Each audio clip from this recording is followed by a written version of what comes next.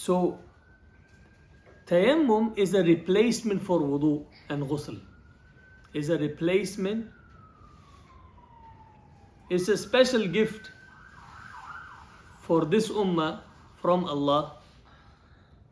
And it was revealed in the expedition of Bani Mustalaq in the 6th year of Hijrah, when the Sahaba, they ran out of water, and the ayah came, the ayah in Surah Ma'idah, which says فَلَمْ تَجِدُوا مَاءً فَتَيَمَّمُوا سَعِيدًا طَيِّبًا. So if you don't have water, instead of wudu or ghusl, which is fard on you, you can attain tahara via tayammum. So it is proven from Quran. No one ever disputes the fact that tayammum is part of Sharia in case wudu, the option of wudu is not available.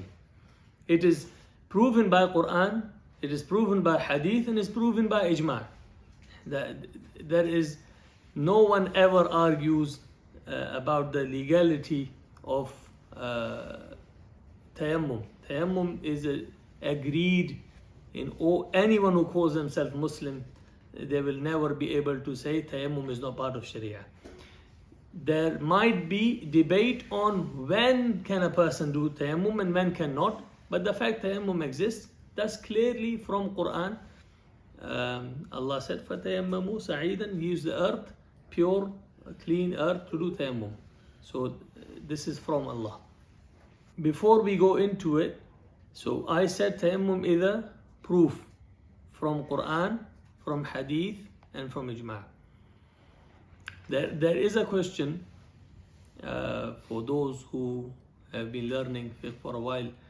If you remember, when we discussed this ayah previously, Imam Shafi'i, when we were discussing what makes ghusl wajib, or what breaks wudu, what breaks wudu, what invalidates wudu.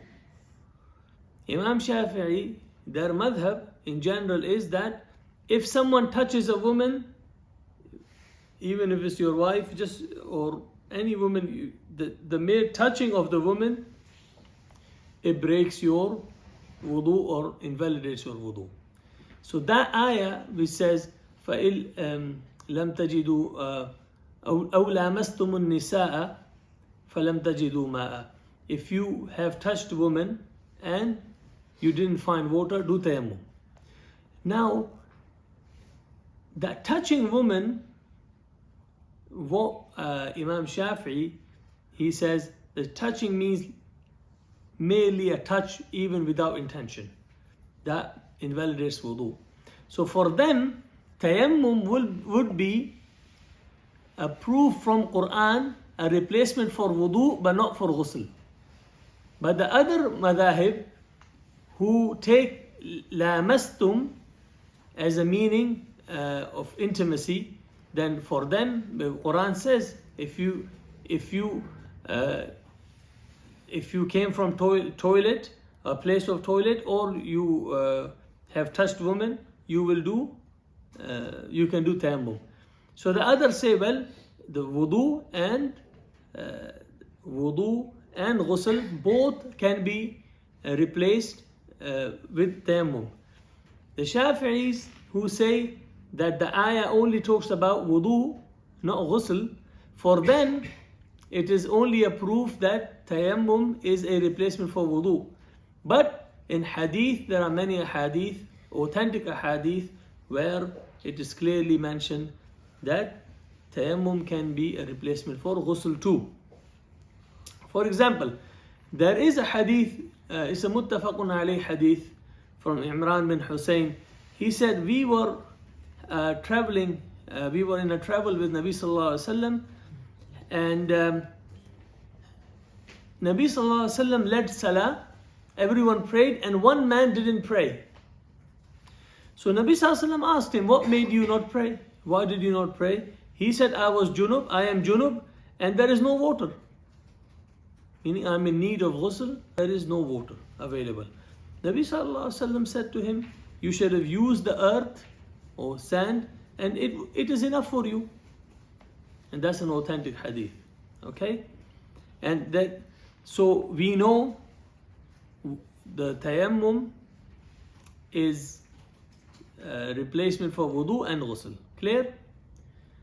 Also, ayah also said, وَإِن كُنْتُم مَرْضَى, if you were ill, if someone is ill and can't use water, should use, do tayammum. There are some sicknesses where you cannot use water, maybe for many reasons, because either you have no energy to get up to get to water, you don't have access to it, or you have access to it and people to help you, but you are medically not fit to use water. You've been told not to use water on your body.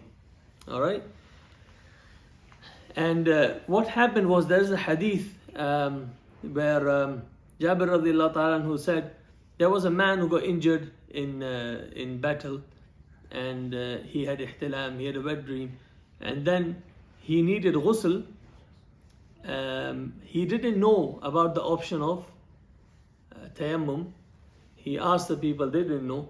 So he did ghusl and he actually died. So Nabi Sallallahu Alaihi Wasallam said, had he done tayammum, would have been sufficient for him. Alright? And not just that. So if someone is ill and that illness prevents them from using water, they can do tayammum. If someone doesn't have water, they can do tayammum. And also, if the weather is so cold, either the weather is so cold or the water is so cold, or both, that a person fears if he was to do ghusl with that water, it may kill him. So in that case as well, a person can do tayammum. We know, obviously it's not to be taken lightly if you are in a heated house and you've got usable water. We are talking in extreme cases where you actually fear for yourself. We know from a hadith of Sahabi, his name is Amr bin al-As.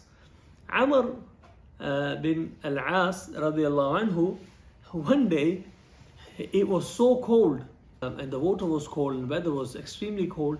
He feared that if he had wet dream and then he was in need of ghusl, he did tayammum and he led people in salah. So when Nabi Sallallahu Alaihi Wasallam found out, he told him that did you prayed and led when you were junub? He said, Ya Rasulullah, he replied, I remembered the ayah from the Quran, وَلَا تَقْتُلُوا أَنفُسَكُمْ إِنَّ اللَّهَ كَانَ بِكُمْ رَحِيمًا, that don't kill yourselves. So I genuinely felt that if I did ghusl, I would die. Nabi Sallallahu Alaihi Wasallam said nothing to him, actually smiled. But we can take from that hadith the ruling, when can tayammum be used.